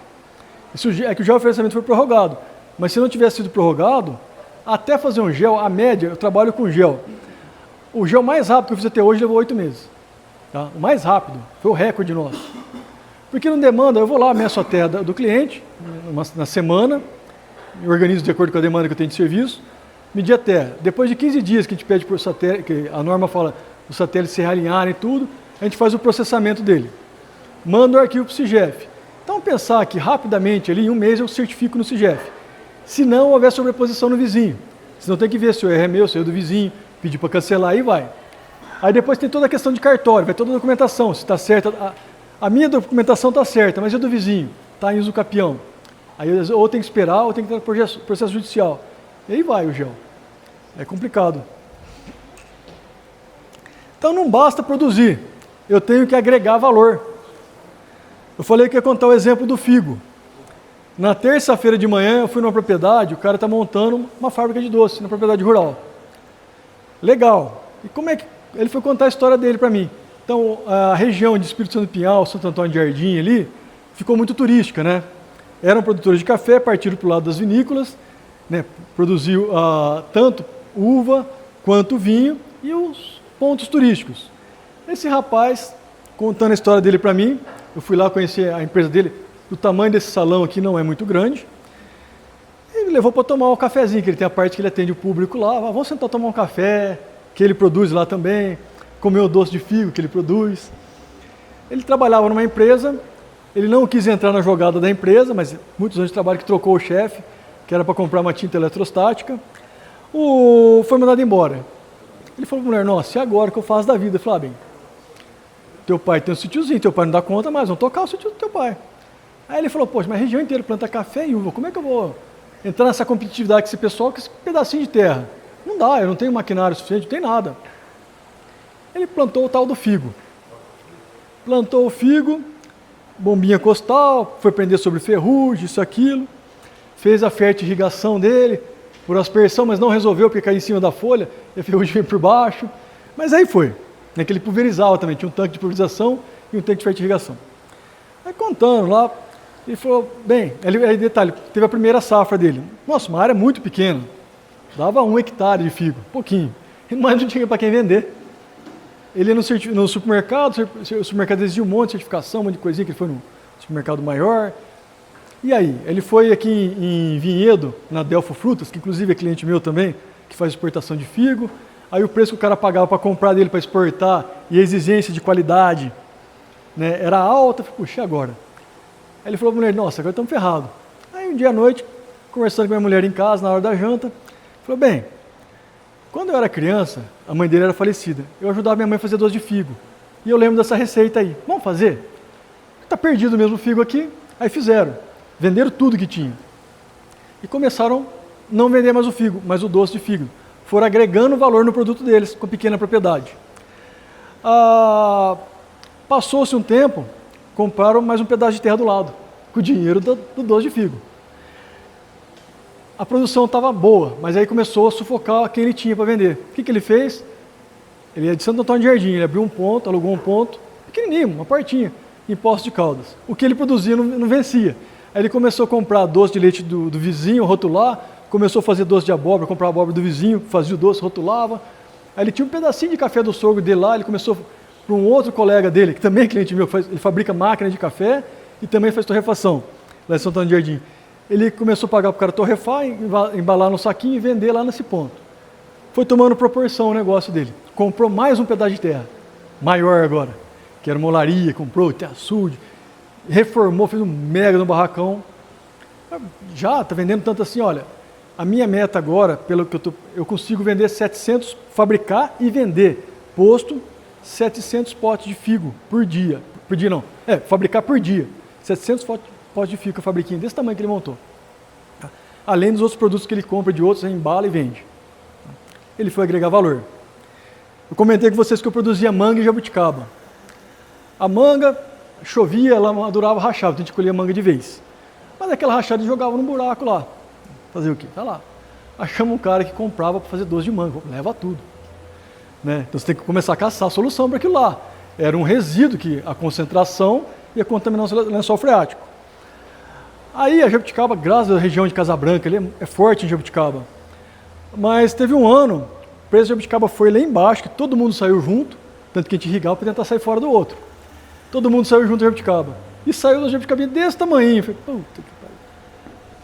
Perdi o que eu investi, Comet, lembrei o nome do veneno que eu passava 300 metros, era o Comet. Aí, o que eu vou fazer? Eu sempre gostei de mexer com cozinha. E eu tinha feito um curso, era um restaurante de Casabranca, que você senta na bancada, o cara cozinha na tua frente, faz umas coisas lá, e você aprende a cozinhar. Você vai lá para comer, mas você vê o cara cozinhando e aprende a cozinhar. E esse dia ele fez um doce, uma calda de jabuticaba com a casca. Falei, eu vou colher jabuticaba fazer calda. Fiz um monte de pote, levei para o meu escritório, o que eu tinha vendi, e um cliente meu queria exportar. Falei, mas aí também não dá, né?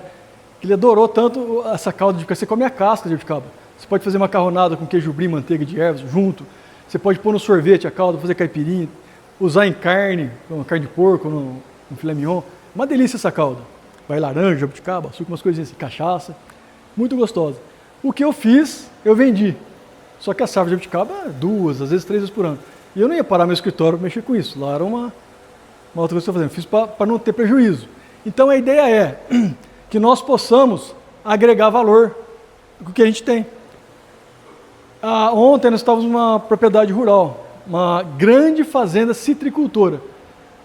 O que ele fez para agregar ainda mais valor? Montou um barracão, ele seleciona a laranja dele, entrega direto no Ceasa e um pouco de laranja de mesa ele já entrega direto nos mercados. Poxa, ele cortou o atravessador, ganhou muito em cima disso. Tanto que, no começo de 2025, ele importou uma máquina de 10 milhões de reais com inteligência artificial para selecionar. Passa lá não sei quantas mil fotos por segundo, essa laranja não presta, que cada lugarzinho que a laranja cai, a máquina corre rapidinho, cada negocinho daquele lá, essa laranja não presta, joga para lá, joga para cá, vira para cá. E que legal que é. Então ele foi agregando valor, foi crescendo, ele começou pequeno, eu estudei com a filha dele, ele tinha um sítiozinho, hoje é um dos maiores citricultores de Aguaí. Tá? Então a gente tem sempre, quem para, não cresce. Não é que eu tenho que crescer comprando terra, eu tenho que estar sempre investindo em tecnologia, em conhecimento, em melhoramento, em agregar valor no que eu tenho. O processamento, o que é esse processamento local? Justamente a questão que ele fez ali, ele embalou a laranja em saco, em sacola, em caixa plástica. Então é o processamento. Como eu fazia? Eu comprei uma máquina de embalagem jabuticaba, ela selecionava as grandes e as miúdas, aí caía, só levantava o cestinho ali, lá, caía na caixinha, eu agregava valor vendendo já em caixinha embalada, ao invés de vender em caixote. O caixote eu vendia, não lembro o valor hoje, vamos falar R$20. A caixinha vendia 11, caixinha de 3 quilos. O caixote tinha quase 20 quilos, quer dizer, saiu R$1 o quilo, outro compensava muito mais. Então, se você beneficiar para vender, processar, transformar matéria-prima, polpa, doce. Tem um outro cliente também que ele, sítiozinho pequeno, ele planta maracujá e goiaba. Ele processa e vende as polpas para fazer suco. O leite. Uma aluna minha do agronegócio, professor, o que eu faço TCC? Estou apavorada, não sei o que eu faço. E fui conversando, ela contou que ela mora no sítio do avô, pequeno também, e o avô mexe com gado. Falei, e agora? Mas como é que é? O que o seu avô faz? Ele tira leite, tem uma hortinha lá em casa, a gente vive disso. Meu pai trabalha na cidade, então o que a gente tem no sítio é mais para sobreviver. Só que o leite ainda joga um pouco fora, que não é todo mundo que quer o leite. Mas não tem nada, hoje não tem cooperativa perto, não tem nada. Falei, por que você não faz o seu TCC em cima disso? Você tem uma área pequena, uma pequena propriedade. Você vai processar, faz manteiga, faz queijo. Se eu vou estar jogando leite fora, então aproveita o que ele não vende, você reutiliza. Aí você tem o espaço da horta, que o sítio é pequeno, o vô dele não quer diminuir o pasto. Esse espaço da horta, você pode pegar umas caixas d'água de fibra, que não é tão cara, pega umas de 5 mil litros, 10 mil litros aí, contrata um profissional, um engenheiro agrônomo, que eu sempre oriento, porque eu sou do CREA também, né? Contrate um profissional habilitado, que tenha expertise na área, para te orientar o sistema de piscicultura em tanques. Você vai criar a sua tilapinha para vender num pequeno espaço, você vai abrir a torneirinha embaixo, tirar o resíduo, que é rico em fósforo, potássio, né? Fazer a irrigação da hortinha. Você pode, uma folha de alface, uma coisa de verdura mais feia que você não vai usar, você pode jogar para a tilápia comer, você já pode fazer seu TCC em cima disso. Transformar a propriedadezinha do seu avô, começando devagar com essas pequenas ideias que estão fáceis e baratas, sem custos altos, e depois você vai implementando, transformar em uma empresa a propriedade do seu avô. Então, o que nós temos que ver também? Não é só ter ideias boas, nós temos que ver as condições que nós temos em mãos. A minha região, qual a aptidão climática para aquilo que eu quero produzir? Como eu falei, eu produzia manga, a região minha chovia bastante. Época de chuva, e era a época que saía a safra nós de manga, eu saía da escola 11 horas da noite e ia pulverizar a manga, por causa de antracnose. A hora que entrava a antracnose, que estourar aquele porão, o pomar inteiro pesteava. Tinha que ir lá. Aí eu passava muito veneno lá, muito agroquímico, para produzir minha manga mais bonitinha. O que eu fazia? O que acontecia em relação a mim? Eu tinha que vender uma manga no máximo que eu conseguia, que na época era 50 centavos o quilo, e ficou muitos anos vendendo esse preço, e o preço dos insumos aumentando, diesel, pneu, agroquímicos, e a minha margem diminuindo. Tanto que eu ranquei todo o pomar de manga e mudei lá a situação. A Bahia não chove, quase não chove. Como é que faz na Bahia? Eles têm manga o ano inteiro. Toda a planta, vocês estão vendo lá na agronomia, toda ou a grande maioria, né? Que eu não sou expertise em agronomia ainda. Ela vai soltar a florada, alguma coisa no estresse dela. Ou é estresse climático, estresse hídrico, de algum estresse, ela vai soltar a planta. Pô, peraí, eu vou morrer, então eu tenho que soltar descendente. Né? E ela solta a florada. Na Bahia, eles seguram o máximo que dá na água para a planta. Daí eles, agora é a época de produzir. Eles vão lá, jogam água no pé. Então não está caindo água no fruto. Então eles quase não gastam com agroquímico. Então a manga deles vinham muito mais barata que a nossa e muito mais bonita que a nossa. Manga de exportação. Então a gente tem que ver a aptidão climática da região. E qual o mercado que eu tenho regional? Eu também não vou carregar meu caminhão aqui e mandar lá para o Nordeste. O custo é alto, mas vale a pena? Aí beleza, eu fiz todo o estudo. Mas eu vou mandar para Campinas, no Ceasa de Campinas, eu vou ver qual o mercado que eu tenho no supermercado, analisar a logística. E a logística é importante porque eu fui com uma pesquisadora Como é que é a faculdade de Piracicaba lá? Exalc. A mulher é chilena e é professora de Exalc, pesquisadora lá. Um produtor rural estava comprando uma fazenda, ele já fechou acordo com a Índia, com acordo fechado com a Índia, ele comprou uma fazenda em Poços. Ele, nossa, só montanha, desmontou tudo a fazenda para produzir abacate para exportar para a Índia. Já tudo certinho. Começou a implementar as edificações dele, tudo com distanciamento adequado, de acordo com a norma de segurança, o vestiário, centro de uma porta, sai por outra, tudo de acordo, bonitinho, para certificar. Tá? E a outra propriedade que ele ia comprar era em Campestre. Foi lá eu, o proprietário, a consultora lá, a pesquisadora, fomos lá conhecer a propriedade. Eu ia ver a questão ambiental, tudo, essa parte, e a disponibilidade hídrica, e ela ia ver toda a parte produtiva. Foram 20 quilômetros de estrada de terra, horrível. Tá?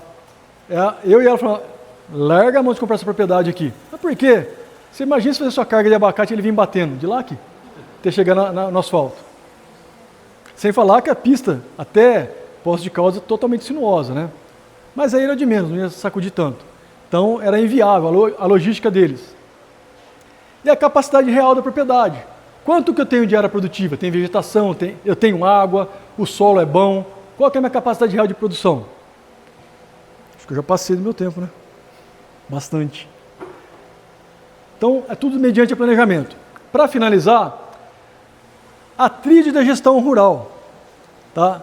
Pessoas, eu tenho que capacitar o meu financeiro, eu tenho que capacitar meu colaborador, eu tenho que trabalhar com pessoas capacitadas, agrônomos. A gente sempre bate nessa tecla, tem que contratar um profissional para trabalhar. Ele tem experiência, ele é responsável, que ele recolhe o RT, ele sabe o que está falando. Não é pegar o amigo que tem só expertise. Né? Ter uma boa liderança também. Quer dizer, eu sou o proprietário, mas eu estou crescendo, preciso de uma pessoa para me ajudar. Tem um líder bom para trabalhar comigo na equipe ali, ou um turmeiro. Os processos, padronizar. Tá? Olha, de manhã você acorda, faz isso, final da tarde, não esquece de abastecer o trator. Toda sexta-feira você lava o trator. Olha, o agroquímico ali. Não esquece de fazer a ronda no pomar. Um dia sim, um dia não, andando em Z, de acordo com a cultura. Então, padronizar alguns métodos produtivos. Tá? E investir em sistemas, tecnologia de maquinário, sistema computacional, drones, inteligência artificial. Investir em tecnologia. Nós temos que sempre, como eu falei, pé no chão e ver lá na frente, ter tecnologia de ponta. Então, a gestão rural eficiente depende da integração harmoniosa entre pessoas capacitadas, processos padronizados e sistemas de informação. Eu tenho que ter informação na mão para eu ter o panorama e enxergar toda a minha situação. Tá? Então, sem essa tríade, não há verdadeiramente um profissional, uma empresa que seja sustentável. E, por último, a propriedade rural do futuro é legalmente regularizada, ambientalmente responsável, economicamente viável, que é o mais importante para você conseguir ter a sustentabilidade, ter a segurança do trabalho, é que ela seja economicamente viável, né, e gerida como uma empresa. Esquece aquele negócio, esse tiozinho do meu avô. Não, é uma empresa. E quem não se profissionalizar, a gestão ficará fora do mercado. Então, se eu não me atualizar, não me profissionalizar, não investir em conhecimento e depois investir na propriedade, eu vou ficar fora do mercado e minha propriedade ficar fora do mercado. Vou falir e vou quebrar. Então era isso, pessoal. Obrigado, desculpa pelo adiantar aqui, que a minha ideia já estava um pouco antes, mas acabou passando. Alguma pergunta, alguma sugestão, complementação também, que eu não sei tudo, né? Sobre uma curiosidade, a quebra do cardápio, qual é a principal causa? Na área rural, você tem galho de árvore, você tem o funcionário que vai lá encaixa de qualquer jeito, às vezes a correntinha quebra que ela fica batendo. Então, assim, é complicado falar, mas normalmente são esses que eu falei. A minha dúvida é, assim, mesmo que o Brasil seja um grande país na questão de parte rural, de plantação, e o senhor comentou que a gente tem que pensar no futuro para empreender na parte tecnológica, querendo ou não, nosso país é um país que não tem tanta dinheiro monetário para fazer isso. Como é que então o senhor recomendaria para a gente conseguir essa parte mais Vamos lá. O Brasil também é um país instável, não é só que não tem tanto poder aquisitivo. Tá, o produtor rural, vamos falar dos pequenos, tá? O médio, o grande, já fica um pouco fora. Por mais que eu falei, o capital de giro é grande, é complicado, às vezes tem safra que perde. Para você não perder tudo, você tem que ter uma boa gestão, porque às vezes o grande quebra também. Mas o pequeno é começar um passo de cada vez. Estudar todo o cenário que ele tem, a propriedade rural, devagarzinho acertando a documentação, porque um CAR hoje, por menos de 7.500, ninguém faz CAR, tá? 7, 8 mil reais, por menor que seja a propriedade, ninguém nem começa a fazer CAR. Porque a burocracia não é o CIGEF, é o cartório. E daí eu falei, para ser rápido, um CAR, o GEL, o mais rápido que eu fiz foram 8 meses. Então é tudo custoso, lógico, parcela, mas você ter uma visão do mercado, tentar estudar, agregar valor na sua produção, no seu dia a dia, né? Inovar alguma coisa, sair da casinha. Eu fiz alguns cursos de empreendedorismo também, que eu gosto, né? Que sempre falava, você tinha que ser ovelha negra, se reinventar. Já inventaram a roda, você não vai inventar a roda mais, mas você vai colocar um pneuzinho mais bonitinho, uma rodinha melhorzinha para vender seu produto. Então procurar agregar valor e ir atrás de financiamento. Mas o financiamento tem que ser muito bem estudado, porque senão não dá conta de pagar o juros do banco. Tá? O pequeno, médio e o grande financia, tá? Até o grande financia. Mas você tem que ter todo esse estudo do seu cenário curto, médio e longo prazo para ter uma certeza que você conseguir pagar esse financiamento. Nunca gastar mais do que entra. E como eu falei no começo, eu comprei a propriedade, primeiro eu vou investir, depois fazer a sede, eu não vou fazer a sede primeiro. Uma coisa que é interessante, que vocês, caso algum for trabalhar com financiamento em banco, orientar os bancos. Quando vai liberar uma linha de crédito, eu vou lá, um amigo meu ganhou dinheiro plantando mandioca, eu quero financiar mandioca, beleza. Eu também quero mandioca, todo mundo planta mandioca, o preço vai lá embaixo. Então o banco falou, olha, eu já liberei um tanto, eu vou cortar, se você quiser financiar para feijão, eu libero, para mandioca não dá mais, senão o preço vai cair e vai ser ruim, para você e para quem tirou antes.